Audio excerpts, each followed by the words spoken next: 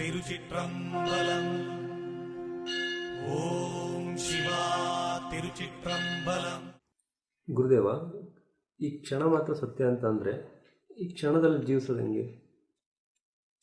ಈ ಕ್ಷಣ ಮಾತ್ರ ಸತ್ಯ ಅಂತ ಹೇಳಿದರೆ ಈ ಕ್ಷಣದಲ್ಲಿ ಜೀವಿಸೋದು ಹೆಂಗೆ ಅಂತ ಹೇಳಿದರೆ, ಈ ಕ್ಷಣವನ್ನು ಸತ್ಯವಾಗಿ ತಿಳಿದರೆ ಮುಂದಿನ ಕ್ಷಣವೂ ಸತ್ಯವಾಗ್ತದೆ. ಈ ಕ್ಷಣದಲ್ಲಿ ನಾವು ಯಾರ ಜೊತೆ ಹೇಗೆ ಇದ್ದೇವೆ ಅಂತ ನಾವು ತಿಳಿದರೆ ಮುಂದಿನ ಕ್ಷಣವೂ ಒಳ್ಳೆಯದೇ ಆಗುತ್ತದೆ. ಈ ಕ್ಷಣದಲ್ಲಿ ನಿನ್ನ ಕಣ್ಣ ಮುಂದೆ ಯಾರೋ ಒಬ್ಬ ಕಷ್ಟದವ ಇದ್ದಾನೆ, ಯಾರೋ ಒಬ್ಬ ಆರೋಗ್ಯ ಸಮಸ್ಯೆವ ಇದ್ದಾನೆ, ಯಾರೋ ಒಬ್ಬ ನಿನ್ನ ಕಣ್ಣ ಮುಂದೆ ಇದ್ದಾನೆ. ಈ ಕ್ಷಣದಲ್ಲಿ ಆ ಕ್ಷಣದಲ್ಲಿ ನೀನು ಅವನಿಗೆ ಏನೋ ಒಂದು ಒಳಿತು ಮಾಡಿದರೆ ಮುಂದಿನ ಕ್ಷಣ ನಿನ್ನಿಂದ ಒಳಿತು ಮಾಡಲಿಕ್ಕೆ ಆಗ್ತದೆ. ಹೇಳೋದು ಅರ್ಥ ಆಯ್ತಾ? ಸರಿ. ಈ ಕ್ಷಣವೇ ಅಲ್ವ ಸತ್ಯ? ಹೌದು. ಕ್ಷಣ ಕ್ಷಣ ಸೇರಿದ್ದಾನೆ ನಿಮಿಷ. ಹೌದು. ಆ ನಿಮಿಷ ನಿಮಿಷ ಸೇರಿದ್ದಾನೆ 1 ಗಂಟೆ ಆಗ್ಬೋದು. ನಿಮಿಷ ನಿಮಿಷ ಸೇರಿ 10 ನಿಮಿಷ, 20 ನಿಮಿಷ, 30 ನಿಮಿಷ, 50 ನಿಮಿಷ, 60 ನಿಮಿಷ, 1 ಗಂಟೆ. ಆ ಕ್ಷಣದಿಂದ ತಾನೇ ಪ್ರಾರಂಭವಾಗೋದು. ಹೌದು. ಯಾವ ಕ್ಷಣದಲ್ಲಿ ನಮ್ಮ ಈ ಶ್ವಾಸ ನಿಲ್ತದೆ ಅಂತ ಹೇಳಲಿಕ್ಕೆ ಸಾಧ್ಯವಾ? ಇಲ್ಲ, ಗೊತ್ತಿಲ್ಲ. ಯಾವ ಕ್ಷಣದಲ್ಲಾದರೂ ಇರ್ಬೋದು. ಯಾವ ಕ್ಷಣದಲ್ಲಾದರೂ ಇರ್ಬೋದು. ಯಾವ ಕ್ಷಣದಲ್ಲಿ ನಮ್ಮ ಶ್ವಾಸ ನಿಲ್ತದೆ ಅಂತ ನಮಗೆ ಗೊತ್ತಿಲ್ಲ. ಪ್ರತಿಯೊಬ್ಬನಿಗೆ ಗೊತ್ತುಂಟು ಇವರು ಈ ಸತ್ಯ ಅಲ್ವಾ? ಪ್ರತಿಯೊಬ್ಬನಿಗೂ ಈ ಸತ್ಯ ಗೊತ್ತಿದೆ. ಯಾವ ಕ್ಷಣದಲ್ಲಿ ನಾವು ಹೋಗ್ತೇವೆ ಅಂತೇಳಿ ಗೊತ್ತಿಲ್ಲ. ಆಗಿರುವಾಗ ನಾವು ಯಾವ ರೀತಿ ಇರಬೇಕು? ಈ ಕ್ಷಣಕ್ಕೆ ಎಷ್ಟು ವ್ಯಾಲ್ಯೂ ಉಂಟು? 1 ಗಂಟೆ ಆಗಬೇಕಾದ್ರೆ 1 ಕ್ಷಣ ಬೇಕಲ್ಲ? ಆ ಕ್ಷಣವನ್ನು ಪವಿತ್ರವಾಗಿ ತಿಳಿದುಕೊಳ್ಳಿ. ಆ ಕ್ಷಣದಲ್ಲಿ ನಿಮ್ಮ ಮುಂದೆ ನಿಮ್ಮ ಒಂದು ವಿರೋಧಿ ಸಿಕ್ಕಿದ್ರು ಆ ವಿರೋಧಿ ಹತ್ರ ಕೇಳಿ, ಹೇಗಿದ್ದೀರಿ, ಚೆನ್ನಾಗಿದ್ದೀರ? ದ್ವೇಷವನ್ನು ಬಿಡಿ, ತಿಳಿದುಕೊಳ್ಳಿ. ನಾಳೆ ನಾನು ಇಲ್ಲದೆ ಏನು ಮಾಡೋದು? ಎಷ್ಟೋ ದಿನದ ದ್ವೇಷ ಉಂಟು, ಬೇಡ, ನಾವೇ ಸರೆಂಡರ್ ಆಗಿಬಿಡುವ, ನಾವೇ ಒಂದು ನಗು ನಗುತ್ತಾ ಮಾತಾಡುವ. ಯಾಕೆ ದ್ವೇಷ ಕಟ್ಟಿಕೊಳ್ಳೋದು? ಏನೋ ಒಂದು ನಮ್ಮ ಕಣ್ಣೆದು ತಪ್ಪೇ ನಡೀತದೆ, ಅದಕ್ಕೆ ಜಡ್ಜ್ಮೆಂಟ್ ಮಾಡಲಿಕ್ಕೆ ಹೋಗ್ಬೇಕು. ಅದು ಅವರವರ ಕರ್ಮದಲ್ಲಿರುವಂಥ ವಿಚಾರ, ಅವರವರ ಋಣದಲ್ಲಿರುವಂಥ ವಿಚಾರ, ಅವರವರು ಅನುಭವಿಸಬೇಕಾದಂಥ ವಿಚಾರ. ಇದು ಸತ್ಯಸ್ಥಿತಿಯಲ್ಲಿ ಹೋಗುವವರಿಗೆ ಇರುವಂಥ ವಿಚಾರ, ಆಧ್ಯಾತ್ಮಿಕ ಪ್ರಯಾಣಕ್ಕೆ. ಇಲ್ಲಿ ಎಲ್ಲವೂ ನಡೆಯುವುದು ವಿಧಿ ನಿಯಮದಂತೆ ಎಂಬ ಸತ್ಯವನ್ನು ತಿಳಿದರೆ ಈ ಕ್ಷಣ ಎಂಬುದು ಅವನಿಗೆ ಬಹಳ ಪವಿತ್ರವಾಗ್ತದೆ. ಈ ಕ್ಷಣವನ್ನು ಯಾರೊಬ್ಬ ಸತ್ಯವಾಗಿ ಅನುಭವಿಸ್ತಾನೋ ಅವನಿಗೆ ಕರ್ಮ ಮತ್ತು ಋಣವನ್ನು ತುಂಬ ಈಸಿಯಾಗಿ ದಾಟಿಕೊಂಡು ಹೋಗ್ತಾನೆ. ಅವ ಟೆನ್ಷನ್ ಎಲ್ಲ ಮಾಡಲಿಕ್ಕೆ ಹೋಗೋದಿಲ್ಲ, ಅವ ತಲೆ ಬಿಸಿ ಮಾಡೋದಿಲ್ಲ. ಅವನಿಗೆ ಈಗಿನಂಥ ಆಂಗ್ಸೈಟಿ, ಸ್ಟ್ರೆಸ್ ಮತ್ತೆಂಥದ್ದು 1000 ವಿಚಾರಗಳೆಲ್ಲ ಉಂಟಾಗುತ್ತೆ. ಮಾನಸಿಕ ಖಿನ್ನತೆಗಳು, ಮನೋವ್ಯಾಧಿಗಳು, ಮನೋರೋಗಗಳಿಗೆಲ್ಲ ಒಳಗಾಗುವುದಿಲ್ಲ. ಅವ ಆನಂದದಲ್ಲಿರ್ತಾನೆ. ಈ ಕ್ಷಣದಲ್ಲಿ ಬದುಕುವುದು ಅಂತ ಹೇಳಿದರೆ, ಈ ಕ್ಷಣದಲ್ಲಿ ಬದುಕುವುದು ಅಂತ ಹೇಳಿದರೆ ಹೇಗೆ ಅಂತ ಕೇಳಿದರೆ, ಈಗ ಹೇಳಿದಾಗೆ ನಿಮ್ಮ ಕಣ್ಣ ಮುಂದೆ ಏನು ನಡೀತದೆ ಎಲ್ಲವನ್ನು ಪವಿತ್ರ ರೀತಿಯಲ್ಲಿ ಸ್ವೀಕರಿಸಿ, ಸಂಶಯ ಪಡಲಿಕ್ಕೆ ಹೋಗಬೇಕು. ಇನ್ನೊಬ್ಬರ ವಿಚಾರ ನಮಗೆ ಬೇಡ, ನಮ್ಮಿಂದ ಏನಾಗ್ತದೆ ಅದು ಮಾತ್ರ ಬೇಕಾಗ್ತದೆ. ನನ್ನ ಕಣ್ಣ ಮುಂದೆ ಒಬ್ಬ ಭಿಕ್ಷುಕ ಇದ್ದಾನೆ, ನನ್ನಿಂದ ಏನು ಮಾಡಲಿಕ್ಕಾಗ್ತದೆ? ನನ್ನ ಕಣ್ಣ ಮುಂದೆ ಒಂದು ಮಗು ಇದೆ, ನನ್ನಿಂದ ಏನು ಮಾಡಲಿಕ್ಕಾಗ್ತದೆ? ನನ್ನ ಕಣ್ಣ ಮುಂದೆ ಒಂದು ವೃದ್ಧಾಪ್ತರಿದ್ದಾರೆ, ನನ್ನಿಂದ ಏನು ಮಾಡಲಿಕ್ಕಾಗ್ತದೆ? ಅವರಿಗೆ ಯಾವ ಸೇವೆ ಮಾಡಲಿಕ್ಕಾಗ್ತದೆ? ಏನು ಇಲ್ಲದಿದ್ದರೆ ಒಂದು ಆಶೀರ್ವಾದ ಪಡೆದುಕೊಳ್ಳುವ, ಏನಿಲ್ಲಾದರೆ 1 ರೂಪಾಯಿ ಆದರೂ ಹಾಕಿ ಬಿಡುವ, ಏನೂ ಇಲ್ವಾ ಒಂದು ಒಳ್ಳೆ ಪ್ರಾರ್ಥನೆ. ಕಣ್ಣ ಮುಂದೆ ಮಕ್ಕಳಿದ್ದಾರ, ಆ ಮಕ್ಕಳಾಗಲಿಕ್ಕೆ ಪ್ರಯತ್ನ ಪಡು. ಒಂದು ಹಿರಿಯರಿದ್ದಾರ, ಅವರಿಗೆ ಗೌರವ ಕೊಡಲಿಕ್ಕೆ ಪ್ರಯತ್ನ ಪಡುವ. ಒಂದು ಅಮ್ಮ ಇದ್ದಾರ, ಅವರಿಗೊಂದು ಪೂಜ್ಯನೀಯ ಭಾವನೆಯಿಂದ ಅವರನ್ನು ನೋಡಿಕೊಳ್ಳುವ. ಇದೆಲ್ಲ ಸತ್ಯದ ಅನುಭವ ಆದರೆ ಈ ಕ್ಷಣ ಕ್ಷಣ ಕೂಡ ಇಂಥ ಥಾಟ್ಸ್ ಬರುವಾಗ ನಮ್ಮ ಒಳಗೆ ತನ್ನಿಂದ ತಾನಾಗಿ ನಮಗೆ ಅರಿವಿಲ್ಲದಂತೆ ಪವಿತ್ರವಾದ ಸ್ಥಿತಿ ನಮ್ಮೊಳಗೆ ಉಂಟಾಗ್ತದೆ. ಏನು ಗೊತ್ತಾಯ್ತಾ? ಆ ಕ್ಷಣದಲ್ಲಿ ನಮ್ಮ ದೇಹ ಮತ್ತು ಮನಸ್ಸಿನ ಮೇಲೆ ಎಲ್ಲಿ ಗಮನವಿಡಬೇಕು? ಈ ಕ್ಷಣದಲ್ಲಿ ಜೀವಿಸ್ತಾ ಇದ್ದೀವಿ ಅಂದರೆ ಎಲ್ಲದರ ಅರಿವು ಇರಬೇಕಾ? ಅಂದರೆ ದೇಹದ ಮೇಲೂ ಅರಿವಿರಬೇಕು, ನಮ್ಮ ಮನಸ್ಸಿನಲ್ಲಿ ಏನಾಗ್ತಿದೆ ಅದರ ಅರಿವು ಇರಬೇಕು, ಸುತ್ತ ಏನಾಗ್ತಿದೆ ಅದರ ಅರಿವು ಇರಬೇಕಾ? ಈ ಮೂರು ಅರಿವು ಒಂದಾಗಬೇಕು. ದೇಹದ ಅರಿವು ಅಂದರೆ ಮನಸ್ಸಿನ ಅರಿವು, ಮನಸ್ಸಿನ ಅರಿವು ಬುದ್ಧಿಯ ಅರಿವು, ಮನಸ್ಸು ಬುದ್ಧಿ ಆತ್ಮ, ಇದು ಮೂರು ಒಂದಾಗಬೇಕು. ಇದು ಮೂರು ಯಾವಾಗ ಒಂದಾಗ್ತದೆ ಆವಾಗ ಈ ಕ್ಷಣದ ಅನುಭವವನ್ನು ಎಲ್ಲರೂ ಅನುಭವಿಸಬಹುದು. ಎಲ್ಲವೂ ಸೇರಿರುತ್ತದೆ ಆ ಕ್ಷಣದಲ್ಲಿ. ಆ ಕ್ಷಣದಲ್ಲಿ ಎಲ್ಲವೂ ಸೇರಿರುತ್ತದೆ. ಆ ಕ್ಷಣವೇ ಮುಖ್ಯ ಪ್ರತಿಯೊಬ್ಬನ ಜೀವನದಲ್ಲಿ ಕೂಡ. ನಾನು ಇಷ್ಟು ವರ್ಷ ಸಾಧನೆ ಮಾಡೋದು ಅಂತ ಹೇಳೋದುಂಟಲ್ಲ, ಇಷ್ಟು ವರ್ಷ ಸಾಧನೆ ಮಾಡಿದೆ ಏನೋ ಒಂದು ಹೇಳ್ತಾರೆ.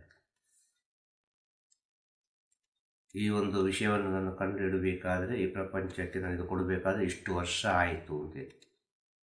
ಅಷ್ಟು ವರ್ಷ ಆಗಬೇಕು ಅಂತ ಹೇಳಿದರೆ ಆ ಒಂದು ಕ್ಷಣದ ಥಾಟ್ಸ್, ಆ ಒಂದು ಕ್ಷಣದಲ್ಲಿ ಆ ವಿಜ್ಞಾನಿಗೋ ಅಜ್ಞಾನಿಗೆ ಬಂದ ಥಾಟ್ಸ್ ಇವತ್ತು ಪ್ರಪಂಚಕ್ಕೆ ಅನೇಕ ರೀತಿಯಲ್ಲಿ ಅದು ಉಡುಗೊರೆಯಾಗಿ ಬಂದಿದೆ ಅಲ್ವಾ?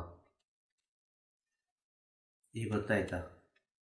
ಆ ಒಂದು ಕ್ಷಣವನ್ನು ನಾವು ನಮ್ಮ ಒಳಗೆ ಜ್ಞಾನ ಉದಯ ಆಗಿಬಿಟ್ರೆ, ಆ ಒಂದು ಕ್ಷಣ ಆ ಜ್ಞಾನ ಉದಯ ಆಗಿ ನಿಂತಿತು ಅಂತ ಹೇಳಿದರೆ ಮತ್ತೆ ನಾವು ಅದೇ ದಾರಿಯಲ್ಲಿ ಹೋಗಲಿಕ್ಕೆ ಪ್ರಯತ್ನ ಪಟ್ಟರೆ ಅದೆಷ್ಟೋ ವರ್ಷ ಆಗ್ಬೋದು ಅಂತ ಹೇಳೋದು. ಆ ಕ್ಷಣದಲ್ಲೇ ಮುಗಿಯುವುದಲ್ಲ, ಆ ಕ್ಷಣದಲ್ಲಿ ಪ್ರಾರಂಭವಾಗುವುದು. ಆ ಕ್ಷಣದಲ್ಲಿ ನಿಮ್ಮ ಪ್ರಾರಂಭ ಹೇಗಿರಬೇಕು ಅಂತ ಹೇಳೋದು. ಹೇಳೋದಾಯ್ತಾ? ಆ ಕ್ಷಣದಲ್ಲಿ ಎಲ್ಲದರ ಅರಿವು ಪಡ್ಕೊಳ್ಳೋದು ಹೇಗೆ? ಅಂದರೆ ಬುದ್ಧಿ ಆತ್ಮ ದೇಹ ಮನಸ್ಸು ನಮ್ಮ ಸುತ್ತ ಇರುವ ಎಲ್ಲವನ್ನು ಒಂದೇ ಕ್ಷಣದಲ್ಲಿ ಅರಿವು ಹೇಗೆ ಬರುತ್ತದೆ? ಇಲ್ಲಿ ಎಲ್ಲರನ್ನು ಅರ್ಥ ಮಾಡಿಕೊಳ್ಳಲಿಕ್ಕಿಲ್ಲ. ಇಲ್ಲಿ ನಮ್ಮನ್ನು ನಾವು ಅರ್ಥ ಮಾಡಿಕೊಳ್ಳೋದು. ಇಲ್ಲಿ ನಾವು ಏನು ಅರ್ಥ ಮಾಡಿಕೊಂಡಿದ್ದೇವೆ, ನಮ್ಮ ಒಳಗೆ ಏನು ಕೂತುಕೊಳ್ಳಿಸಿದ್ದೇವೆ ಅದೇ ನಮ್ಮ ಎದುರು ಕಾಣೋದು. ಈ ಪ್ರಪಂಚ ಅಂತ ಹೇಳಿದರೆ ಒಂದು ಕನ್ನಡಿ. ಹೇಳೋದಾಯ್ತಾ? ಈ ಪ್ರಪಂಚ ಅಂತ ಹೇಳಿದ್ರೆ ಒಂದು ಕನ್ನಡಿ. ಇಲ್ಲಿ ನೀನು ಏನು ಮಾಡ್ತಿ ಅದೇ ನಿನಗೆ ಕಾಣೋದು, ಅದೇ ನಿನಗೆ ಬರೋದು, ಅದೇ ನಿನಗೆ ಸಿಗುವುದು. ದೇವರಿಗೆ ಪೂಜೆ ಮಾಡ್ತೇವೆ ನಾವು. ದೇವರಿಗೆ ಪೂಜೆ ಮಾಡೋದನ್ನು ನಾವು ತಿಳಿದುಕೊಳ್ತೇವೆ. ದೇವರೇನು ಹೇಳ್ತಾನೆ ಗೊತ್ತುಂಟ? ನಿನಗೆ ನೀನು ಪೂಜೆ ಮಾಡ್ತಾ ಇದ್ದಿ. ನಾನೊಂದು ಮಿರರ್, ಈಗ ನನ್ನಲ್ಲಿ ನೀನಿದ್ದಿ, ಆಗ ನಿನಗೇ ನೀನು ಪೂಜೆ ಮಾಡ್ತಾ ಇದ್ದಿ ಅಂತೇಳಿ ಭಗವಂತ ಹೇಳ್ತಾನೆ. ಈ ಪೂಜೆಯ ಒಂದು ಸತ್ಯತೆ ಹೇಳೋದು. ಆಗ ನಿನ್ನೊಳಗೆ ಪೂಜೆ ಮಾಡಬೇಕು ಅಂತ ಬಂದ ಕಾರಣ ನೀನು ಪೂಜೆ ಮಾಡೋದು. ನಿನ್ನೊಳಗೆ ಒಬ್ಬರಿಗೆ ಗೌರವ ಕೊಡಬೇಕು ಅಂತೇಳಿ ಬಂದ ಕಾರಣ ನೀನು ಒಬ್ಬರಿಗೆ ಗೌರವ ಕೊಡೋದು. ನಿನ್ನ ಒಳಗೆ ಎಷ್ಟು ಸದ್ಗುಣಗಳು ಇದೆ ಅದೆಲ್ಲವೂ ಹೊರಗೆ ಬರೋದು. ಆಗ ಇಲ್ಲಿ ನಮ್ಮ ಸುತ್ತಮುತ್ತಲಿದ್ದವರನ್ನು ನಾವು ನೋಡಿದರೆ ನಮ್ಮನ್ನು ನಾವು ಮರೆತು ಹೋಗ್ತೇವೆ. ಆಗ ನಮ್ಮ ಅರಿವು ನಮಗಿದ್ದರೆ, ನಮ್ಮ ಒಳಗೊಂದು ಪ್ರೀತಿ ಇದ್ದರೆ, ನಮ್ಮೊಳಗೊಂದು ಕರುಣೆ ಇದ್ದರೆ, ನಮ್ಮೊಳಗೊಂದು ಗೌರವ ಇದ್ದರೆ, ನಮ್ಮೊಳಗೊಂದು ನಂಬಿಕೆ ಇದ್ದರೆ, ನಮ್ಮೊಳಗಿಂತ ಅನೇಕ ಸದ್ಗುಣಗಳು ಇದ್ದರೆ ಆ ಕ್ಷಣ ಹೇಗಿರಬಹುದು? ಸುತ್ತಮುತ್ತಲಿನವರಲ್ಲಿಲ್ಲ ಕ್ಷಣ. ಆ ಕ್ಷಣ ಅವರವರಿಗೆ ಸ್ವಂತ, ಅವರವರಲ್ಲಿ ಇರುವುದು. ಹೇಳೋದರ್ಥ ಆಯ್ತಾ? ಇದು ಹೊರಗಿನಿಂದ ಸಿಗುವುದಿಲ್ಲ, ಇದು ನಮ್ಮ ಒಳಗೆ ಉಂಟಾಗುವುದು. ಅರ್ಥ ಆಯ್ತು. ಆತ್ಮದ ಸ್ವಭಾವ ಏನು? ಆತ್ಮದ ಸ್ವಭಾವ, ಆತ್ಮದ ಸ್ವಭಾವ ಆತ್ಮ ಈಗ ಅನುಭವಿಸ್ತಾ ಉಂಟಲ್ವ ಅವರವರ ಜೀವನದಲ್ಲಿ, ಅದೇ ಆತ್ಮದ ಸ್ವಭಾವ. ಅದು ಆತ್ಮವೇ ಅನುಭವಿಸ್ತೇವೆ. ಆತ್ಮಕ್ಕೆ ಅನುಭವಿಸಬೇಕು ಅಂದರೆ ಮನಸ್ಸು ಬೇಕು, ದೇಹ ಬೇಕು. ಅದೇ ಆತ್ಮದ ಸ್ವಭಾವ. ಒಬ್ಬನನ್ನು ಕೊಲೆ ಮಾಡ್ತಾನೆ, ಅರ್ಥ ಆಗ್ತಾ ಇರೋದು? ಅದು ಆತ್ಮದ ಸ್ವಭಾವ, ರಾಕ್ಷಸ ಸ್ವಭಾವ. ಆತ್ಮ ರಾಕ್ಷಸತ್ವವನ್ನು ಹೊಂದಿಕೊಂಡು ಬಂದಿದೆ. ಆತ್ಮಕ್ಕೆ ಆ ರಾಕ್ಷಸರ ಯಾವುದೋ ಒಂದು ನಂಟು ಇದೆ ಅಂತೇಳಿ ಅರ್ಥ. ಒಂದು ಆತ್ಮ ಸಾಯುವನನ್ನು ಬದುಕಿಸ್ತದೆ ಯಾವುದೋ ಒಂದು ರೀತಿಯಲ್ಲಿ. ಹೇಳೋದು ಅರ್ಥ ಆಯ್ತು? ಒಬ್ಬ ವಿಪರೀತ ಸಮಸ್ಯೆಯಲ್ಲಿರ್ತಾನೆ, ಒಬ್ಬ ಇನ್ನೇನು ಬೇರೆ ದಾರಿ ಇಲ್ಲ ಅಂತ ಹೇಳೋ ಸಮಯದಲ್ಲಿ ಒಂದು ಆತ್ಮ ಅಲ್ಲಿಗೆ ಬರ್ತದೆ. ಆ ಆತ್ಮ ಬಂದು ಹೇಳ್ತದೆ. ಆತ್ಮ ಅಂದರೆ ಫಿಸಿಕಲ್ ಬಾಡಿ, ಅರ್ಥ ಆಯ್ತಲ್ಲ? ಆತ್ಮದ ಸ್ವಭಾವ ಅಂತ ಕೇಳಿ, ಅದು ಫಿಸಿಕಲ್ ಬಾಡಿ ಇದ್ರೆ ಮಾತ್ರ ಆಗೋದು ಆತ್ಮದ ಸ್ವಭಾವ. ಆತ್ಮವಾಗಿದ್ದರೆ ಆತ್ಮದ ಸ್ವಭಾವವನ್ನು ಕಂಡುಹಿಡಲಿಕ್ಕಾಗೋದಿಲ್ಲ. ಆತ್ಮದ ಎಲ್ಲ ಸ್ವಭಾವವನ್ನು ನೋಡಿಕೊಳ್ಳೋದು ಈ ಜೀವಾತ್ಮದಲ್ಲಿ. ಅದೇ ರೀತಿ ಪರಮಾತ್ಮನ ಎಲ್ಲ ಸ್ವಭಾವವನ್ನು ನೋಡಿಕೊಳ್ಳೋದು ಇದೇ ಜೀವಾತ್ಮದಲ್ಲಿ. ಇಲ್ಲಿ ಜೀವಾತ್ಮವೇ ಬಹಳ ಮುಖ್ಯ. ಈ ಜೀವಾತ್ಮವೆಂಬುದೇ ಕ್ಷಣ, ಈ ಜೀವಾತ್ಮವೆಂಬುದೇ ಪ್ರೆಸೆಂಟ್. ಅದು ಎನಿ ಟೈಮ್ ಪ್ರೆಸೆಂಟಲ್ಲೇ ಇರ್ತದೆ ಜೀವಾತ್ಮ, ಆ ಕ್ಷಣದಲ್ಲೇ ಇರ್ತದೆ ಅದು. ಹೇಳೋದು ಅರ್ಥ ಆಯ್ತಾ? ಆಗ ಸಾಯುವನನ್ನು ಬದುಕಿಸುವಂಥ ಒಂದು ಗುಣ ಇರ್ತದೆ ಒಂದು ಆತ್ಮಕ್ಕೆ ಬಂದು. ಅಂಥ ಆತ್ಮ ಪವಿತ್ರ ಆತ್ಮ, ಅಂಥ ಆತ್ಮ ಒಂದು ಭಗವಂತನ ಆತ್ಮ, ಅಂಥ ಆತ್ಮ ಒಂದು ಜ್ಞಾನಿಗಳ ಆತ್ಮ, ಯೋಗಿಗಳ ಆತ್ಮ. ಇದು ಆತ್ಮದ ಸ್ವಭಾವ. ಆತ್ಮದ ಸ್ವಭಾವಕ್ಕೆ ತಕ್ಕವಾಗಿ ಆತ್ಮಕ್ಕೆ ಏನು ಬೇಕು ಅದನ್ನೇ ಅದು ಊಟ ಮಾಡೋದು. ಕೆಲವು ಆತ್ಮಕ್ಕೆ ನಾನ್ ವೆಜ್ ಬೇಕು, ಕೆಲವು ಆತ್ಮಕ್ಕೆ ವೆಜಿಟೇರಿಯನ್ ಬೇಕು, ಕೆಲವು ಆತ್ಮಕ್ಕೆ ನೀರಾಹಾರ ಸಾಕು, ಇನ್ನು ಕೆಲವು ಆತ್ಮಕ್ಕೆ ಆಹಾರವೇ ಬೇಡ. ಈ ರೀತಿ ಸ್ಥಿತಿಗಳೆಲ್ಲ ಇದೆ. ಇದೆಲ್ಲ ಆತ್ಮದ ಸ್ವಭಾವಗಳು. ಆತ್ಮದ ಸ್ವಭಾವಗಳು ಹೇಗೆ? ಒಬ್ಬನ ಕರ್ಮ ಯಾವ ರೀತಿ ಹೋಗ್ತದೆ, ಅವನ ನಡೆನುಡಿ ಯಾವ ರೀತಿ ಹೋಗ್ತದೆ, ಅವನ ಸ್ಥಿತಿಗತಿಗಳು ಯಾವ ರೀತಿ ಉಂಟು, ಅದೆಲ್ಲವೂ ಆತ್ಮದ ಸ್ವಭಾವವೇ. ಪವಿತ್ರ ಆತ್ಮದ ಸ್ವಭಾವವೇನು? ಪವಿತ್ರ ಆತ್ಮ ಅದೇ ಈಗ ಹೇಳಿದಲ್ಲ, ಸಾಯುವನನ್ನು ಅದು ಕಾಪಾಡ್ತದೆ. ಅದು ಪವಿತ್ರ ಆತ್ಮದ ಸ್ವಭಾವ. ಪವಿತ್ರ ಆತ್ಮದ ಸ್ವಭಾವ ಎಲ್ಲರನ್ನೂ ಪ್ರೀತಿಸ್ತದೆ. ಪವಿತ್ರ ಆತ್ಮ ಯಾವತ್ತೂ ಶುದ್ಧದಿಂದ ಇರ್ತದೆ. ಪವಿತ್ರ ಆತ್ಮ ಯಾರ ಬಗ್ಗೆಯೂ ಚಿಂತಿಸುವುದಿಲ್ಲ. ಅದು ಏನಾದರೂ ಅದು ನಾನೇ ಕಾರಣ ಅಂತ ಹೇಳ್ತದೆ, ನನ್ನಿಂದಲೇ ತಪ್ಪಾದ್ದು ಅಂತ ಹೇಳ್ತದೆ, ಇನ್ನೊಬ್ಬನನ್ನು ತಪ್ಪು ಅಂತ ಅದು ಹೇಳುವುದಿಲ್ಲ ಪವಿತ್ರ ಆತ್ಮ. ಇದೆಲ್ಲ ಪವಿತ್ರ ಆತ್ಮದ ಸ್ಥಿತಿಗತಿಗಳು. ಆ ಪವಿತ್ರ ಆತ್ಮದಲ್ಲಿ ಸಂಶಯ ಎಂಬುದು ಇರಲಿಕ್ಕಿಲ್ಲ. ಪವಿತ್ರ ಆತ್ಮದಲ್ಲಿ ಸಂಶಯ ಎಂಬುದು ಇರಲಿಕ್ಕೆ ಸಾಧ್ಯನೇ ಇಲ್ಲ. ಅಲ್ಲಿ ಒಂದು ಶೂನ್ಯ ಸ್ಥಿತಿ ಇರ್ಬೋದು, ಅಲ್ಲಿ ಸತ್ಯ ಸ್ಥಿತಿ ಇರ್ಬೋದು ಪವಿತ್ರ ಆತ್ಮದಲ್ಲಿ. ಇದೆಲ್ಲ ಅವನ ಇಚ್ಛೆಯಂತೆ ನಡೀತದೆ. ಇದೆಲ್ಲ ಭಗವಂತನ ಇಚ್ಛೆಯಂತೆ ನಡೆಯುವುದು. ಅವರವರು ಮಾಡಿದ್ದನ್ನು ಅವರವರು ಅನುಭವಿಸ್ತಾ ಇದ್ದಾರೆ. ಇದಕ್ಕೆ ನಮ್ಮಿಂದ ಏನೂ ಮಾಡಲಿಕ್ಕೆ ಆಗುವುದಿಲ್ಲ.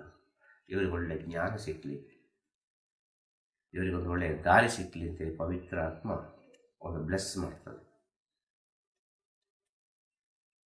ಇದು ನಮ್ಮಿಂದ ಚೇಂಜ್ ಮಾಡಲಿಕ್ಕೆ ಆಗುವುದಿಲ್ಲ. ಹಾಗೆ ಅಂತಲೇ ಅವರು ಹೇಳಲಿಕ್ಕೆ ಹೋಗುವುದಿಲ್ಲ, ನೀನು ಸರಿ ಇಲ್ಲ, ನೀನು ಹಾಗೆ, ನೀನು ಹೀಗೆ, ಅದು ಮಾಡು, ಇದು ಮಾಡು, ಆ ಕಡೆದು ಮಾಡು, ಈ ಕಡೆದು ಮಾಡು ಅಂತ ಅವ್ರು ಹೇಳಲಿಕ್ಕೆ ಹೋಗುವುದಿಲ್ಲ.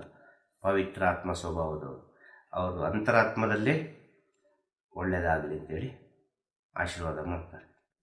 ಇದು ಪವಿತ್ರ ಆತ್ಮದ ಒಂದು ಪವಿತ್ರ ಸ್ಥಿತಿ.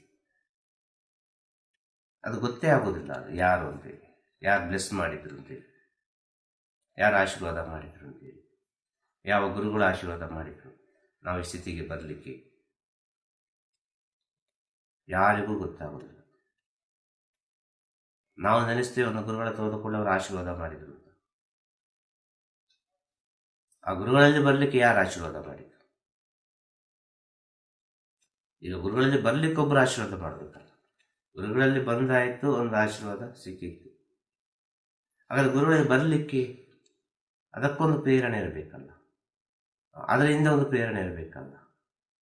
ಆಗ ಮೂಲವಾಗಿ ಯಾವ ಜನ್ಮದಲ್ಲಿ ಯಾರಿಗೆ ಏನು ಆಶೀರ್ವಾದ ಸಿಕ್ಕಿದೆ, ಈ ಜನ್ಮದಲ್ಲಿ ಯಾರಿಗೆ ಏನು ಸಿಗ್ತದೆ ಅಂತೇಳಿ ಅದು ಹೇಳಲಿಕ್ಕೆ ಸಾಧ್ಯನೇ ಇಲ್ಲ. ಅರ್ಥಾತ್ ಆಶೀರ್ವಾದ ಅಂದರೆ ಪಡೆದುಕೊಳ್ಳುವುದು, ಆಶೀರ್ವಾದ ಅಂದರೆ ಕೊಡುವುದಲ್ಲ. ಆಗ ಜನ್ಮದ ಸಂಬಂಧ ಇದ್ದರೆ ಮಾತ್ರ ಗುರುಗಳ ಹತ್ರ ಬಂದು ಸೇರ್ಲಿಕ್ಕೆ ಆಗೋದು. ಗುರುಗಳ ಹತ್ರ ಬಂದು ಏನೋ ಒಂದು ಸೇವೆ ಮಾಡುವಾಗ ಅದರಲ್ಲಿ ಅನೇಕ ರೀತಿಯ ವಿಚಾರಗಳು ಬರ್ತದೆ. ಅರ್ಥ ಆಯ್ತಾ? ಅನೇಕ ರೀತಿಯ ಕಲ್ಮಶಗಳು ಬರ್ತದೆ, ಅನೇಕ ರೀತಿಯ ಗೊಂದಲಗಳು ಬರ್ತದೆ, ಅನೇಕ ರೀತಿಯ ಸಂಶಯಗಳು ಬರ್ತದೆ. ಅದು ಮಾಯೆ. ಅದನ್ನು ಯಾರು ಒಬ್ಬ ಪರಿಪೂರ್ಣವಾಗಿ ದಾಟಿ ಹೋಗ್ತಾನೋ ಅವ ಬಹಳಷ್ಟು ಪವಿತ್ರವಾಗ್ತಾನೆ. ಪ್ರಪಂಚ ಅವನನ್ನು ಕೈ ಬಿಡಬೇಕು. ಆ ಪ್ರಪಂಚ ಅವನನ್ನು ಯಾವಾಗ ಕೈ ಬಿಡುತ್ತದೆ, ಆವಾಗ ಯಾವ ಒಂದು ಕೈ ಸಿಗ್ತದೆ, ಆ ಕೈಯೇ ಗುರು. ಪ್ರಪಂಚ ಎಲ್ಲ ಕೈ ಬಿಡ್ತದೆ, ಆಗ ಪ್ರಪಂಚ ಎಲ್ಲ ಕೈ ಬಿಡುವ ಒಂದು ಕೈ ಸಿಗ್ತದೆ. ಬಾ ನೀವಂತೆ, ಈ ಕಡೆ ಬಾ, ನಮ್ಮ ದಾರಿ ಬೇರೆ, ನಾ ಹೋಗೋ ಸ್ಥಿತಿ ಬೇರೆ, ಬಾ ಅಂತೇಳಿ ಅದು ಕರ್ಕೊಂಡು ಹೋಗ್ತದೆ.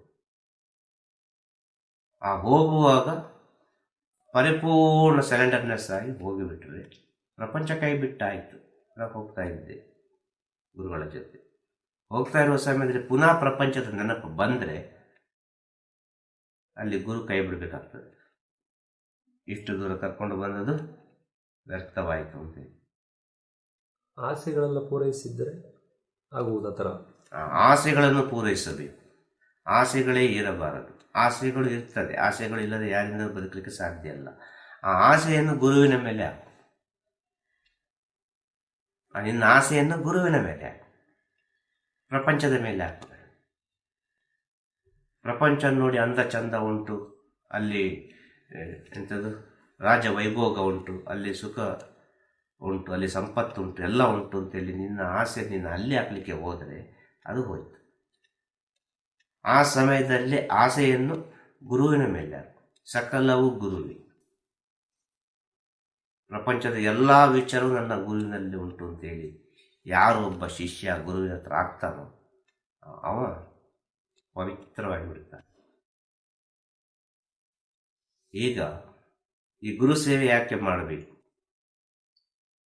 ಗುರು ಸೇವೆ ಯಾಕೆ ಮಾಡಬೇಕು ಅಂತ ಕೇಳ್ತಾರೆ. ಗುರು ಸೇವೆ ಮಾಡಿಯೇ ಜ್ಞಾನ ಸಿಗುದ. ಗುರು ಸೇವೆ ಯಾವತ್ತೂ ಬಲವಂತ ಅಲ್ಲ. ಗುರು ಯಾವತ್ತೂ ಹೇಳಿಲ್ಲ ನನ್ನನ್ನು ಫಾಲೋ ಮಾಡಿ ಅಂತೇಳಿ, ನಾನು ಹೇಳಿದಾಗ ಕೇಳಿ ಅಂತೇಳಿ. ಗುರು ಹೇಳಲಿಕ್ಕೆ ಸಾಧ್ಯನೇ ಇಲ್ಲ. ಅವರು ಹೇಳಿಕೊಂಡೇ ಹೋಗ್ತಾರೆ ಅಷ್ಟೇ. ಅವ ಕೇಳಲಿ ಇವ ಕೇಳಲಿ ಅಂತ ಅವರು ಹೇಳುವರಲ್ಲ. ಅವರು ಪ್ರಕೃತಿಗೆ ಸಂದೇಶ ಕೊಟ್ಟುಕೊಂಡೇ ಹೋಗ್ತಾರೆ. ಆ ಪ್ರಕೃತಿಗೆ ಸಂದೇಶ ಕೊಟ್ಟುಕೊಂಡು ಹೋಗುವಾಗ ಅದು ಸರಿ ಅಂತ ಅನಿಸುವಾಗ ಅದನ್ನು 4 ಜನ ಕೇಳ್ತಾರೆ. ಗೊತ್ತಾಯ್ತಾ? ಈಗ ವಿಷಯ ಎಂತ ಅಂತ ಹೇಳಿದರೆ, ಗುರು ಸೇವೆ ಯಾಕೆ ಮಾಡಬೇಕು? ನಾನು ಅನ್ನೋದನ್ನು ಅಡಗಿಸಲಿಕ್ಕೆ. ನಾನು ಎಂಬುದನ್ನು ಅಡಗಿಸಲಿಕ್ಕೆ. ಈ ನಾನು ಎಂಬುದನ್ನು ಪರಿಪೂರ್ಣವಾಗಿ ಬಿಡಬೇಕು ಅಂತ ಹೇಳಿದರೆ ಅಲ್ಲಿ ಏನನ್ನು ಬಿಡಬೇಕು?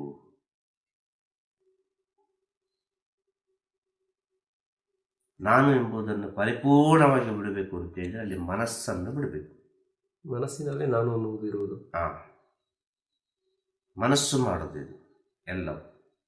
ಆ ಮನಸ್ಸನ್ನು ನಿಗ್ರಹಿಸಬೇಕು. ಆ ಮನಸ್ಸನ್ನು ನಿಗ್ರಹಿಸಬೇಕು ಅಂತ ಹೇಳಿದರೆ ಹೊರಗಿನ ಯಾವುದೇ ವಿಚಾರಗಳ ಸಂಬಂಧಗಳಿರಬಾರ್ದು. ಗೊತ್ತಾಯ್ತಾ ನಿಮಗೆ? ಆ ಗುರು ಬಿಟ್ಟರೆ ಶಿಷ್ಯ, ಶಿಷ್ಯ ಬಿಟ್ಟರೆ ಗುರು. ಇದು ಗುರು ಶಿಷ್ಯರ ವಿಚಾರ.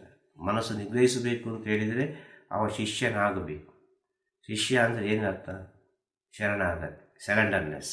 ಯಾರಿಗಾದರೂ ಒಬ್ಬರಿಗೆ ಜೀವನದಲ್ಲಿ ಅವ ಸರೆಂಡರ್ ಆಗಲೇಬೇಕು. ಮನಸ್ಸನ್ನು ನಿಗ್ರಹಿಸಬೇಕು ಅಂತ ಹೇಳಿದರೆ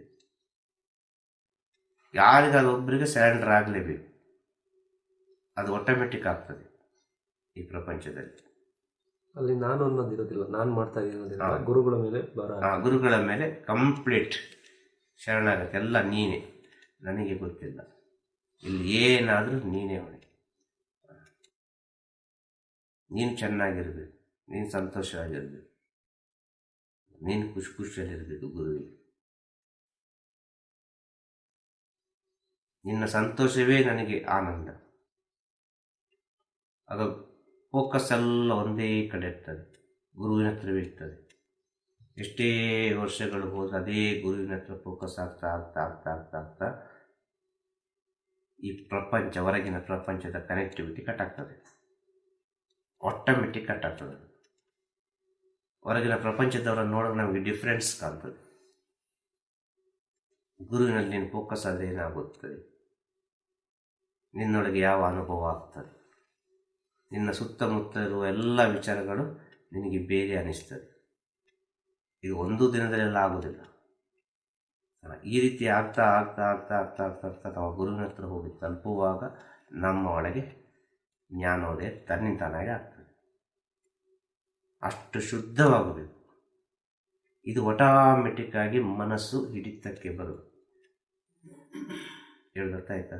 ಆಟೋಮೆಟಿಕ್ ಆಗಿ ಮನಸ್ಸು ಹಿಡಿತಕ್ಕೆ ಬರುವುದು. ಆ ರೀತಿ ಮಾಡಿಸ್ತಾರೆ ಅವರು. ಅಲ್ಲಿ ಕಸ ಗುಡಿಸು, ಪಾತ್ರೆ ತೊಳಿ, ಅದು ಮಾಡು, ಇದು ಮಾಡು, ಅವನಿಗೆ ಜಗಳ ಮಾಡಿಸ್ತಾರೆ, ಇವನಿಗೆ ಜಗಳ ಮಾಡಿಸ್ತಾರೆ. ಇದು ಯಾರಿಗೆ ಎಷ್ಟು ಜ್ಞಾನ ಉಂಟು ಅಂತ ನೋಡ್ತಾರೆ. ಇದೆಲ್ಲ ಕಂಡಿಡಲಿಕ್ಕೆ ಸಾಧ್ಯವೇ ಇಲ್ಲ. ಅದು ಯಾವ ಕಾರಣಕ್ಕೆ ಬೇಕಾಗಿ ಆಗ್ತದೆ ಅಂತೇಳಿ ಶ್ರೇಷ್ಠ ಜ್ಞಾನಿಗಳ ಕಥೆಯನ್ನೆಲ್ಲ ಓದಿದರೆ ನಿಮಗೆ ಗೊತ್ತಾಗ್ಬೋದು. ಅದೆಲ್ಲ ಆಗುವಂಥ ವಿಚಾರ. ಅದನ್ನೆಲ್ಲ ಒಬ್ಬ ದಾಟಿ ಬರ್ತಾನೆ. ಗೊತ್ತಾಯ್ತಾ? ಈ ಸಮಯದಲ್ಲಿ ಏನಾಗ್ತದೆ ಅಂತಂದರೆ ಮನಸ್ಸು ತನ್ನಿಂತಾನೆ ಗುರು ಬೇಕು ಅಂತ ಹೇಳುವಾಗ ಎಲ್ಲದಕ್ಕೂ ಸರೆಂಡರ್ ಆಗ್ತಾನೆ. ನಾವು ಅಲ್ಲಿ ಹೋಗಿ ಬಾತ್ರೂಮ್ ತೊಡ್ಲಿಕ್ಕೂ ರೆಡಿ. ಅಲ್ಲಿ ಒಬ್ಬರ ಚಪ್ಪಲ್ ಆ ಕಡೆ ತೆಗೆದಿಟ್ಟು ಚಪ್ಪಲನ್ನು ತೊಳೆದಿಡು ಅಂತ ಹೇಳಿದ್ರು ರೆಡಿಯಾಗಿರ್ತಾನೆ. ಅವನಿಗೆ ಗುರು ಬೇಕು. ಆ ಗುರುವಿಗೆ ಬೇಕಾಗಿ ಅವನು ಎಷ್ಟು ಸಹ ಕೆಳಗೆ ಹೋಗ್ಲಿಕ್ಕೆ ರೆಡಿ ಇರ್ತಾನೆ. ಆ ಗುರು ಯಾಕೆ ಹಾಗೆ ಮಾಡ್ತಾರೆ? ಅವರಿಗೇನು ಪ್ರಯೋಜನ? ಅವರಿಗೇನು ಪ್ರಯೋಜನ ಇಲ್ಲ. ಒಂದು ವ್ಯಕ್ತಿಯಲ್ಲಿ ನಾನು ಎಂಬುದು ಕಳೆದು ಹೋಯಿತು ಅಂತ ಹೇಳಿದರೆ ಅವನಿಗೆ ಪ್ರಪಂಚಕ್ಕೆ ಭಗವಂತನಾಗಿ ಕಾಣ್ತಾನೆ. ಇಷ್ಟೇ, ಬೇರೆ ಎಂತೆಲ್ಲ ಗುರು ಸೇವೆಯಲ್ಲಿ ಆಗುವುದು. ಇದು ಹೊರಗೆ ಧ್ಯಾನ ಮಾಡೋದು 2 ಗಂಟೆ, 1 ಗಂಟೆ ಯೋಗ ಮಾಡೋದು, 10-15 ಗಂಟೆ ಫೋನಲ್ಲಿ ಕಾಲ ಕಳೆಯುವುದು. ಗೊತ್ತಾಯ್ತಾ? ನೀವು 2 ಗಂಟೆ ಧ್ಯಾನ ಮಾಡಿದೆ ಅಂತ ಇದಕ್ಕೆ, 2 ಗಂಟೆ ಯೋಗ ಮಾಡಿದೆ ಅಂತದಕ್ಕೆ, ಎಂಥದಕ್ಕೆ ಯೋಗ ಮಾಡಿದೆ? ಪುನಃ ಮಾಯೆಯಲ್ಲಿ ಬಿದ್ದು ಮಾಯಾಲೀಲೆಯನ್ನು ನೋಡ್ಲಿಕ್ಕ? ಅದರಿಂದ ಹೊರಗೆ ಬರಲಿಕ್ಕೆ ಇದಾನೆ ಇದೆಲ್ಲ ಮಾಡೋದು. ಆಗ ಗುರು ಸೇವೆಯಲ್ಲಿ ಹೇಗಿರ್ತದೆ? ನಿನಗೆ ಹೊರಗಿನ ಪ್ರಪಂಚ ಸಂಬಂಧವೇ ಇಲ್ಲ. ಇದೇ ನಿನ್ನ ಪ್ರಪಂಚ. ಇಲ್ಲೇ ಸೇವೆ ಮಾಡಿಕೊಂಡು, ಇಲ್ಲೇ ಇದ್ದುಕೊಂಡು, ಬಂದವರಲ್ಲಿ ಆ ಭಗವಂತನನ್ನು ನೋಡಿಕೊಂಡು, ಬಂದವರ ಸೇವೆ ಮಾಡಿಕೊಂಡು ಸಂತೋಷವಾಗಿರು. ಒಬ್ಬರ ಆತ್ಮಕ್ಕೆ ದ್ರೋಹವನ್ನು ಮಾಡಬೇಡ. ನಿನ್ನ ಆತ್ಮಕ್ಕೆ ದ್ರೋಹವನ್ನು ಮಾಡಬೇಡ. ಇನ್ನೊಬ್ಬರ ಆತ್ಮವನ್ನು ನೋಯಿಸಬೇಡ. ಎಷ್ಟು ಅವರಿಗೆ ತೃಪ್ತಿ ಕೊಡಲಿಕ್ಕೆ ಆಗ್ತದೆ, ಅವರ ಆತ್ಮಕ್ಕೆ ತೃಪ್ತಿ ಕೊಡಲಿಕ್ಕೆ ಆಗ್ತದೆ, ಅಷ್ಟು ತೃಪ್ತಿಯನ್ನು ಕೊಡಲಿಕ್ಕೆ ಕಲಿ ನೀನು ಮೊದಲು. ನಿನ್ನ ಆತ್ಮ ಎಷ್ಟು ತೃಪ್ತಿ ಆಗ್ತದೆ, ನಿನ್ನೊಳಗೆ ಎಷ್ಟು ಆನಂದ ಉಂಟಾಗ್ತದೆ, ನಿನ್ನೊಳಗೆ ಎಷ್ಟು ಚೈತನ್ಯ ಬರ್ತದೆ ಅಂತೇಳಿ ನೀನೇ ಖುದ್ದಾಗಿ ಅನುಭವಿಸು. ಆ ಸ್ಥಿತಿಗೆ ಅದು ತನ್ನಿಂತಾನಾಗಿ ತಂದು ನಿಲ್ಲಿಸ್ತಾರೆ ಅವರು. ಆಗ ಅರ್ಥ ಆಗ್ತದೆ ಹೊರಗಿನ ಪ್ರಪಂಚದ ಈ ಆಧುನಿಕ ಪ್ರೆಸೆಂಟ್ ಮಾಡರ್ನ್ ಆಧ್ಯಾತ್ಮಿಕಕ್ಕೂ ಈ ಗುರು ಸೇವೆಗೂ ಅಜಗಜಾಂತರ ವ್ಯತ್ಯಾಸ ಉಂಟು. ಗೊತ್ತಾಯ್ತಾ? ಪವಿತ್ರ ಆದರೆ ಅಲ್ಲಿಂದ ಪ್ರಾರಂಭವಾದ ವಿಚಾರ. ಪವಿತ್ರ ಆತ್ಮ ಹೇಗಿರ್ತದೆ? ಪವಿತ್ರ ಆತ್ಮ ಈಗೆಲ್ಲ ಇರ್ತದೆ. ಈಗ ಹೇಳಿದ ರೀತಿ ಎಲ್ಲ ಇರ್ತದೆ. ಈಗ ಹೇಳಿದ ರೀತಿ ಎಲ್ಲ ಆಗಿ ಅದು ಕೊನೆಗೆ ಗುರುವಾಗಿ ಪ್ರಪಂಚಕ್ಕೆ ಯಾವುದೋ ಒಂದು ಒಳ್ಳೆಯ ಸ್ಥಿತಿ ಅನ್ನೋದು ಹೇಳಿ ಹೋಗ್ತದೆ. ಅದಕ್ಕೆ ಬೇಕಾಗಿ ಅದಿರುವುದಿಲ್ಲ. ಗೊತ್ತಾಯ್ತಾ? ಶಿಷ್ಯ ಆಗಬೇಕು ಅಂದರೆ ಅವನ ಗುಣಗಳೇನು? ಗುರುವಿಗೆ ಶಿಷ್ಯನಾಗಬೇಕು ಅಂತ, ಗುರುವಿಗೆ ಶಿಷ್ಯನಾಗಬೇಕು ಅಂತ ಹೇಳಿದರೆ, ಗುರು ಶಿಷ್ಯ ಅಂತ ಹೇಳಿದ್ರೆ ಗಂಡ ಹೆಂಡತಿ ಇದ್ದಾಗೆ. ಒಂದು ಹೆಂಡತಿಗೆ ಮದುವೆ ಆಗುವ ಮುಂಚೆ ನಾನು ಗಂಡನ ಹತ್ರ ಯಾವ ರೀತಿ ಇರಬೇಕು, ಗಂಡನ ಜೊತೆಗಿರೋದು ಹೇಗಿರಬೇಕು ಅಂತ ಅವಳಿಗೆ ಗೊತ್ತಿರೋದಿಲ್ಲ. ಗೊತ್ತಿರೋದಿಲ್ಲ. ಮದುವೆ ಆಗಿ ಹೋಯ್ತು, ಮದುವೆ ಆಯಿತು. ಮದುವೆ ಆದ ನಂತರ ತನ್ನಿಂತಾನಾಗಿ ಅದು ಆಟೋಮೆಟಿಕ್ಕಾಗಿ ಗೊತ್ತಾಗುವಂಥ ವಿಚಾರ ಅಲ್ವಾ? ವಿಷಯ ಇರುತ್ತೆ. ಆಗ ಮದುವೆ ಆಗೋದು ಹೇಗೆ? ಒಂದು ಹುಡುಗಿಗೆ ಒಂದು ಹುಡುಗ ಓಕೆ ಆದರೆ ಅಲ್ವಾ? ಅಲ್ಲ, ಹುಡುಗನಿಗೊಂದು ಹುಡುಗಿ ಓಕೆ ಆದರೆ ಮದುವೆ ಫಿಕ್ಸ್, ಮದುವೆ ಆಗ್ತದೆ. ಸೊ ಇವರ ಮನಸ್ಸಿಗೆ, ಇವರ ಆತ್ಮಕ್ಕೆ ಅದು ಓಕೆ ಆದ ಕಾರಣ. ಇದು ಓಕೆ ಆಗಲಿಕ್ಕೆ ಏನು ಕಾರಣ? ಒಂದು ಜನ್ಮದ ಋಣ, ಒಂದು ಜನ್ಮದ ಋಣಾನುಬಂಧ. ಆ ಒಂದು ಜನ್ಮದ ಋಣಾನುಬಂಧ ಇದ್ದರೆ, ಹೇಳೋದರ್ಥ ಆಯ್ತಾ? ಅದು ಗಂಡ ಹೆಂಡತಿ ಆಗಲಿಕ್ಕೆ ಸಾಧ್ಯ, ಅಲ್ಲ ಒಂದು ಲವರ್ ಆಗಲಿಕ್ಕೆ ಸಾಧ್ಯ, ಏನೋ ಒಂದು ಆಗಲಿಕ್ಕೆ ಸಾಧ್ಯ. ಒಂದು ಜನ್ಮದ ಋಣಾನುಬಂಧನ ಇದ್ದರೆ. ಇದು ರಕ್ತ ಸಂಬಂಧ ಇಲ್ಲದೆ ನಮ್ಮ ಜೀವನದಲ್ಲಿ ಒಬ್ಬರು ಬರ್ತಾರೆ. ಇದೆಲ್ಲ ಋಣಕ್ಕೆ ಸಂಬಂಧಪಟ್ಟ ವಿಚಾರ. ರಕ್ತ ಸಂಬಂಧ ಎಂಬುದು ಕರ್ಮಕ್ಕೆ ಸಂಬಂಧಪಟ್ಟವು. ಇದನ್ನು ಸ್ವಲ್ಪ ಆಲೋಚನೆ ಮಾಡಬೇಕು. ಇದು ಋಣ ಆದರೂ ಕೂಡ, ಎಲ್ಲವೂ ಋಣದ ಸಂಬಂಧ ಆದರೂ ಕೂಡ ಈ ರಕ್ತ ಸಂಬಂಧದಲ್ಲಿ ಇನ್ನೂ ಸ್ವಲ್ಪ ಸೂಕ್ಷ್ಮ ಇದೆ. ಅರ್ಥ ಆಗ್ತದೆ? ಹಾಗೆ ಒಬ್ಬ ಶಿಷ್ಯನಲ್ಲಿ ಆ ಗುರುವಿನ ಋಣ ಇದ್ದರೆ, ಅವ ಜನ್ಮತ ಪಡೆದುಕೊಂಡು ಬಂದಿದ್ದರೆ, ಅವ ಈ ಮದುವೆ ಆಗುವ ಹುಡುಗಿಯಾಗಿ ಓಕೆ ಅಂತ ಹೇಳ್ತಾನೆ. ನಾನು ನಿನಗೆ ಶರಣಾದೆ, ಇನ್ನೆಲ್ಲ ನೀನೆ, ನಿನ್ನನ್ನೇ ನಂಬಿ ನಾನು ಬರ್ತಾ ಇದ್ದೇನೆ, ತಾಳಿ ಕಟ್ಟು ನನಗೆ, ಅಲ್ವಾ? ಹಾಗೆ ಶಿಷ್ಯನ ಒಂದು ಋಣದಲ್ಲಿ ಇದ್ದರೆ, ಆ ವ್ಯಕ್ತಿಯ ಋಣದಲ್ಲಿದ್ದರೆ, ಒಂದು ಜನ್ಮದ ಋಣದಲ್ಲಿ ಇದ್ದರೆ, ಅದು ತನ್ನಿಂತಾನಾಗಿ ಗುರುಗಳ ಹತ್ರ ಹೋಗಿ ಗುರುಗಳ ಪಾದಕ್ಕೆ ಬಿದ್ದು ಶರಣಾಗತಿ ಆಗಿ, ಗುರುವೇ ಎಲ್ಲವೂ ನೀವೇ, ನನ್ನನ್ನು ಸ್ವೀಕರಿಸಿ, ನನಗೊಂದು ತಾಳಿ ಕಟ್ಟಿಬಿಡಿ, ನಿಮ್ಮ ಚರಣ ದಾಸನಾಗಿ, ಚರಣ ಒಂದು ದಾಸಿಯಾಗಿ, ಯಾವುದೋ ಒಂದು ರೀತಿಯಲ್ಲಿ ನಿಮ್ಮ ಸೇವೆಯನ್ನು ಮಾಡ್ತಾ ಇರ್ತೇನೆ. ಇದು ಋಣಾನುಬಂಧ. ಇದು ಋಣ ಇದ್ದರೆ ಮಾತ್ರ ಸಾಧ್ಯ ಗುರು ಶಿಷ್ಯ ಆಗಲಿಕ್ಕೆ. ಒಂದು ಜನ್ಮದ ಋಣ ಇರಬೇಕು. ಎಲ್ಲರಿಗೂ ಗುರು ಶಿಷ್ಯ ಆಗಲಿಕ್ಕೆ ಸಾಧ್ಯ ಅಲ್ಲ. ಅವ ಹಾಗೆ ಬಂದು ಬಿದ್ದ ಮೇಲೆ, ಶರಣಾಗತಿ ಆದ ಮೇಲೆ ಅವನಿಗೆ ತನ್ನಿಂತಾನಾಗಿ ಗೊತ್ತಾಗ್ತದೆ. ಈ ಹೆಂಡತಿ ಗೊತ್ತಾದ ಹಾಗೆ ಮನೆ ಸ್ವಚ್ಛವಾಗಿ ಇಟ್ಟುಕೊಳ್ಬೇಕು, ಬೆಳಿಗ್ಗೆ ಬೇಗ ಏಳಬೇಕು, ಅಡುಗೆ ಮಾಡಬೇಕು, ಅವರು ಬರ್ತಾರೆ, ಇವರು ಬರ್ತಾರೆ, ಯಜಮಾನರ ಆರೋಗ್ಯ ನೋಡಿಕೊಳ್ಬೇಕು, ಎಲ್ಲ ವಿಚಾರ ತನ್ನಿಂತಾನೇ ಗೊತ್ತಾದ ಹಾಗೆ ಈ ಋಣ ಇದ್ದರೆ ತನ್ನಿಂತಾನಾಗಿ ಎಲ್ಲವೂ ಗೊತ್ತಾಗ್ತದೆ. ಋಣ ಇಲ್ಲದೆ ಸಾಧ್ಯವಿಲ್ಲವ? ಸಾಧ್ಯ ಇಲ್ಲ. ಬೇರೆ ಗುರುಗಳು ಹಿಂದಿನ ಜನ್ಮದಲ್ಲಿ ಬೇರೆ ಗುರುಗಳ ಸೇವೆ ಮಾಡಿದ್ದು, ಅದೇ ಬೇರೆ ಆತ್ಮ ಬಟ್ ಗುರುಗಳು, ಅವರ ಜೊತೆ ಅವರ ಋಣ ನಿಮ್ಮ ಜೊತೆ ಸಾಧ್ಯವಿಲ್ಲವ? ಅದು ನಿಮಗೆ ಬಿಟ್ಟ ವಿಚಾರ, ನೀವು ಸೇವೆ ಮಾಡಿದ್ದು. ಅರ್ಥ ಆಯ್ತಾ? ಗುರು ಅಂದರೆ ಗುರು ಅಂತ ಹೇಳಿದರೆ ಇದೊಂದು ತತ್ವ, ಇದು ರೂಪ ಅಲ್ಲ. ಸೊ ಇಂದಿನ ಜನ್ಮದ ಗುರುಗಳನ್ನು ಈ ರೂಪದಲ್ಲಿ, ಇದರ ಒಳಗೆ ಸ್ವೀಕರಿಸುವುದು ನಾನಲ್ಲ, ನೀವು. ಅದೇ ಗುರುಗಳು ಇದು ಅಂತೇಳಿ ಅವರೇ ಇವರು ಅಂತ ಸ್ವೀಕಾರ ಮಾಡೋದು ಯಾರು? ನನ್ನ ಎದುರು ಕೂತ್ಕೊಂಡವರು. ಆಯ್ತಾ? ನಾನು ಹೇಳಲಿಕ್ಕೆ ಆಗೋದಿಲ್ಲ. ಅದು ರಿಸೀವ್ ಮಾಡಬೇಕಾದ ನೀವು, ನಾವಲ್ಲ. ನಾವಾಗಿದ್ದೆ. ನಿಮ್ಮ ಅಂತರಾತ್ಮಕ್ಕೆ ಹೋಗಿ ಯಾವ ರೀತಿ ರಿಸೀವ್ ಆಗ್ತದೆ ಅದು ನಿಮಗೆ ಬಿಟ್ಟ ವಿಚಾರ. ಅದೇ ಗುರು ಇವರಲ್ಲೇ ಅದೇ ಗುರುವನ್ನು ನೋಡ್ತಾ ಇದ್ದೇನೆ ಅಂತೇಳಿ ನೀವು ಫಿಕ್ಸ್ ಆದರೆ ಅದೇ ಗುರು ನಿಮ್ಮ ಕಣ್ಣಿಗೆ ಕಾಣ್ತದೆ, ಅದೇ ಗುರು ನಿಮ್ಮ ಜೊತೆ ಮಾತಾಡ್ತದೆ. ಡೆಫಿನೆಟ್ಲಿ ಮನಸ್ಸಿನಲ್ಲಿ ಸಂಶಯ ಬರಬಹುದು, ಆದರೆ ಅನುಭವ ಮಾತ್ರ ಸತ್ಯ ಇರುತ್ತದೆ. ಖಂಡಿತವಾಗಿ ಸಂಶಯ ಎಂಬುದು ಒಂದು ಅನುಭವವೇ. ಸಂಶಯ ಪಟ್ಟರೆ ಏನಾಗ್ತದೆ, ಸಂಶಯದಲ್ಲಿ ಏನೆಲ್ಲ ವಿಷಯಗಳು ಸಿಗ್ತದೆ, ಇದು ದೊಡ್ಡ ಅನುಭವ.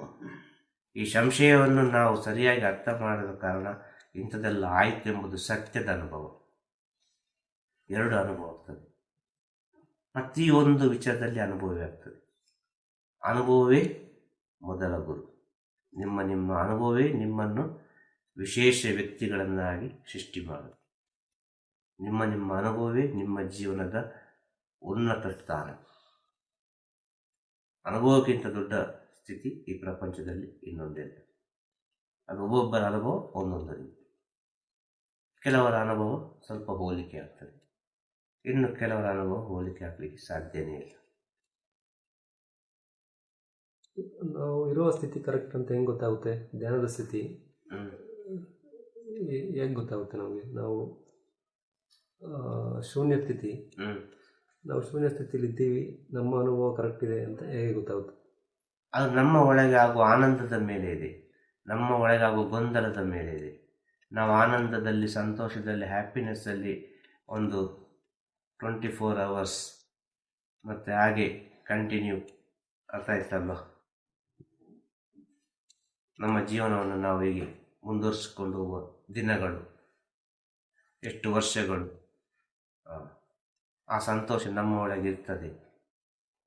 ಅಲ್ಲಿವರೆಗೆ ನಾವು ಶೂನ್ಯ ಸ್ಥಿತಿಯಲ್ಲೇ ಇರ್ತೇವೆ, ಆನಂದದಲ್ಲಿ ಇರ್ತೇವೆ. ನಮ್ಮೊಳಗೆ 1000 ಗೊಂದಲಗಳು, ನಮ್ಮೊಳಗೆ 1000 ಸಂಶಯಗಳು, ನಮ್ಮೊಳಗೆ 1000 ಈ ವಿಚಾರಗಳೆಲ್ಲ ಓಡಾಡ್ತಾ ಇದ್ದರೆ ನಾವು, ನಮ್ಮ ಮನಸ್ಸು ಈ ಪ್ರಪಂಚದಲ್ಲಿ ಮಾಯೆಯಲ್ಲಿ ಸುತ್ತಾ ಉಂಟು ಅಂತ. ಮನಸ್ಸು ಒಂದು ಬಳ್ಳಿ ಇದ್ದಂಗೆ ಅದಕ್ಕೆ ಸ್ವಂತಾಗಿ ನಿಂತ್ಕೊಳಕ್ ಶಕ್ತಿ ಇರಲ್ಲ. ಇಲ್ಲ, ಗುರುಗಳು ಆ ಥರ ಭಗವಂತನ ಶರಣರಾದ್ರೆ ಅವನ ಥಾಟ್ಸ್, ಅವನೊಂದು ಗೈಡೆನ್ಸ್ ಇಂದ ಅದು ಬೆಳೆಯುತ್ತೆ, ಬೆಳೆದು ಫಲ ಕೊಡುತ್ತೆ. ಖಂಡಿತವಾಗಿ ಮನಸ್ಸಿನ ಸ್ಥಿತಿ ಅಷ್ಟೇ, ಅದು ಸ್ವಂತಕ್ಕೆ ಅದಾಗ ನಿಂತ್ಕೊಳಕ್ಕಾಗಲ್ಲ. ಅದಕ್ಕೆ ಗುರುವಿಗೆ ಶರಣಾಗ್ಬೇಕು. ಗುರುವಿಗೆ ಶರಣಾಗಬೇಕು. ಅರ್ಥ ಆಯ್ತಾ? ಗುರುವಿಗೆ ಶರಣಾದರೆ ಅದು, ಯಾಕೆಂದರೆ ಗುರುವಿಗೆ ಶರಣಾದ್ರಲ್ಲಿ ಸಮಯ ಸಂದರ್ಭಗಳಿಲ್ಲ. ಒಂದು ಗುರು ನಿಮ್ಮನ್ನು ಪರಿಪೂರ್ಣವಾಗಿ ಶಿಷ್ಯ ಅಂತ ಸ್ವೀಕಾರ ಮಾಡಿದರೆ ಆ ಗುರು ನಿಮ್ಮನ್ನು ಕಳಿಸುವುದಿಲ್ಲ, ಹೊರಗೆ ಪ್ರಪಂಚಕ್ಕೆ ಹೋಗಬಾರ್ದು ಅಂತ ಹೇಳ್ತಾರೆ. ನಿನಗೆ ಯಾಕೆ ಎಲ್ಲ ಬಿಟ್ಟು ಎಲ್ಲ ಬಿಟ್ಟು ಬಂದವನಿಗೆ ಯಾಕೆ ನಿಂಗಿದೆಯಲ್ಲ, ಎಲ್ಲ ಬಿಟ್ಟು ಬಂದಿದೆಯಲ್ಲ, ಯಾರು ಬೇಡ ಅಂತ ಬಂದಿದೆಯಲ್ಲ, ನೀವು ಒಬ್ಬರೇ ಸಾಕು ಅಂತ ಬಂದಿದೆಯಲ್ಲ, ಮತ್ತೆ ಯಾವುದನ್ನು ನೀನು ಹುಡುಕೋದಿಲ್ಲ? ಎಲ್ಲಿಗೆ ಹೋಗ್ತೀನಿ ನೀನು? ಕೂತ್ಕೊ, ಮುಗಿಯಿತು. ಗುರುಗಳಿಗೆ ಗೊತ್ತಾಗುತ್ತಾ? ಗುರುಗಳಿಗೆ ಗೊತ್ತಾಗುತ್ತಾ ಅವರು, ಅವರ ಸ್ಥಿತಿ, ನಮ್ಮ ಎದುರುಗಡೆ ಶಿಷ್ಯನ ಸ್ಥಿತಿ ಯಾವ ಸ್ಥಿತಿಲಿದ್ದಾರೆ ಅಂತ? 100% ಗೊತ್ತಾಗ್ತದೆ, 100% ಗೊತ್ತಾಗ್ತದೆ ಗುರುಗಳಿಗೆ. ಸತ್ಯಸ್ಥಿತಿಯಲ್ಲಿದ್ದರೆ ಡೆಫಿನೆಟ್ಲಿ ಗೊತ್ತಾಗ್ತದೆ. ಇವ ನನಗೆ ಬೇಕಾಗಿ ಬಂದವ ಅಂತೇಳಿ, ನನಗೆ ಬೇಕಾವ ಬಂದವ ಅಂತ ಆದರೂ ಕೂಡ ಸ್ವೀಕಾರ ಮಾಡೋದಿಲ್ಲ. ಸಮುದ್ರಕ್ಕೆ ನದಿ ಹೋಗಿ ಸೇರಬೇಕು ಅಂತೇಳಿದರೆ ಮೊದಲು ಸ್ವೀಕಾರ ಮಾಡೋದಿಲ್ಲ, ಅದು ಈ ಕಡೆ ತಳ್ತದೆ ನದಿ ನೀರನ್ನು. ಅದು ಮತ್ತೆ ಫಿಲ್ಟರ್ ಆಗಿ ಅದು ಜಾಯ್ನಿಂಗ್ ಆಗೋದು. ನಮಗೆ ನೋಡೋ ಒಂದಾದೇ ಕಾಣ್ತದೆ, ಹೇಳೋದು ಅರ್ಥ ಆಯ್ತಾ? ಜಾಯಿನ್ ಆಗಬೇಕು ಒಳಗೆ. ಜಾಯಿನ್ ಆಗೋಕ್ಕೆ ಶಿಷ್ಯ ಏನಾದರೂ ಮಾಡಬೇಕಾ? ಏನು ಮಾಡಬೇಕಾಗಿಲ್ಲ, ಶುದ್ಧವಾದ ಭಕ್ತಿ ಇದ್ದರೆ ಸಾಕು, ಪವಿತ್ರವಾದ ಸ್ಥಿತಿ ಇದ್ದರೆ ಸಾಕು, ತನ್ನ ಗುರುವೇ ಸರ್ವಸ್ವ ಅಂತ ತಿಳಿದರೆ ಸಾಕು. ಇಷ್ಟು ತಿಳಿದರೆ ಸಾಕು. ಇಷ್ಟು ತಿಳಿಬೇಕಾದ್ರೆ ಎಷ್ಟು ಆಗಬೇಕು. ಒಂದು ಶುದ್ಧವಾದ ಭಕ್ತಿ ಆಗಲಿಕ್ಕೆ, ಒಂದು ಶರಣಾಗತಿ ಆಗಲಿಕ್ಕೆ, ಒಂದು ಪವಿತ್ರ ಆಗಲಿಕ್ಕೆ ಎಷ್ಟು ಅನುಭವಗಳನ್ನು ಪಡ್ಕೊಳ್ಬೇಕು. ಸುಮ್ಮನೆ ಶರಣಾಗತಿ ಆಗೋದಿಲ್ಲ, ಸುಮ್ಮನೆ ಪವಿತ್ರತೆ ಆಗೋದಿಲ್ಲ. ಆ ಗುರುವೇ ತನ್ನ ಒಳಗೆ ಇದ್ದಾನೆಂಬ ಒಂದು ಅರಿವು ಬರಬೇಕು. ಹೇಳೋದಾಯ್ತು? ಆ ಗುರುವೇ ತನ್ನೊಳಗೆ ಇದ್ದಾನೆಂಬ ಅರಿವು ಬಂದರೆ, ಗುರು ಊಟ ಮಾಡಿದ್ರ, ಗುರು ನಿದ್ರೆ ಮಾಡಿದ್ರ, ಗುರುಗೆ ಬಿಸಿನೀರು ಬೇಕಾ, ಗುರುವಿಗೆ ಏನು ಬೇಕು, ಆ ಗುರುಗಳಿಗೆ ಕೈಕಾಲು ನೋಯ್ತದ, ಆ ಗುರುಗಳಿಗೆ ಒಂದು ಕಾಲು ಹೊತ್ತಬೇಕಾ, ಆ ಗುರುಗಳಿಗೆ ಸ್ವಲ್ಪ ಎಣ್ಣೆ ಹಾಕ್ಕೋಬೇಕಾ, ಇದೆಲ್ಲ ವಿಚಾರಗಳು ಬರ್ತದೆ ಯಾರಿಗೆ ಶಿಷ್ಯನಾದವನು. ಆ ಗುರುಗಳನ್ನು ಸ್ನಾನ ಮಾಡಿಸಬೇಕು. ಗುರುಗಳಲ್ಲಿ ಸ್ನಾನ ಎಲ್ಲ ಮಾಡೋರಲ್ಲ, ಸ್ನಾನ ಮಾಡಿಸಬೇಕು, ಅಂಥ ಶಿಷ್ಯ ಆಗಬೇಕು. ಅರ್ಥ ಆಯ್ತಾ? ಗುರುಗಳು ಕೇಳುವರಲ್ಲ, ನನಗೆ ಹಸಿವೆ ಆಯಿತು ಊಟ ಕೊಡುವಂತೆ, ಆ ಸಮಯಕ್ಕೆ ತಂದು ಕೊಡುವವನಾಗಬೇಕು. ಆ ಸಮಯದಲ್ಲಿ ಕೊಟ್ಟರು ಅವರು ಊಟ ಮಾಡೋದಿಲ್ಲ, ಊಟ ಮಾಡಿಸುವವನು ಆಗಬೇಕಾಗ. ಅರ್ಥ ಆಯ್ತು? ಇಂಥ ಸ್ಥಿತಿಯನ್ನೆಲ್ಲ ಯಾರೊಬ್ಬ ಕಂಡುಕೊಳ್ತಾರೋ ಅವನೊಂದು ಶಿಷ್ಯನಾಗಲಿಕ್ಕೆ ಸಾಧ್ಯ. ಅವನೊಳಗೆ ಎಲ್ಲ ಗುರುಗಳು ಒಂದೇ ಕಾಣ್ತದೆ, ಅವನೊಳಗೆ ಗುರುಗಳು ಬೇರೆ ಬೇರೆ ಕಾಣುದಿಲ್ಲ. ಹೋದ ಜನ್ಮದ ಗುರು ಬೇರೆ, ಈ ಗುರು ಬೇರೆ, ಆ ಗುರು ಬೇರೆ, ರಾಘವೇಂದ್ರರು ಬೇರೆ, ಸಾಯಿಬಾಬಾ ಬೇರೆ, ನಿತ್ಯಾನಂದ ಬೇರೆ ಅಂತ ಹೇಳಿ ಅಷ್ಟು ಪವಿತ್ರವಾದವನಿಗೆ ಕಾಣೋದಿಲ್ಲ. ಅವನಿಗೆ ಒಂದೇ ಕಾಣ್ತದೆ, ಗುರು ಚೈತನ್ಯ.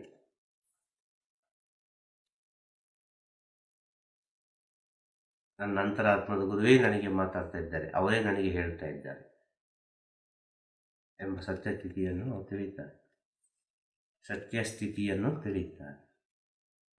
ಅರ್ಥ ಆಯ್ತಾ? ನೆನಪಬೇಕು. ಸರಿ ಸರಿ. ತಿರುಚಿಟ್ರಂಬಲಂ. ಗುರುವೇ ಶರಣಂ. ನಮಃ ಶಿವಾಯ. ನಮಃ ಶಿವಾಯ. ನಮಃ ಶಿವಾಯ. ನಮಃ ಶಿವಾಯ.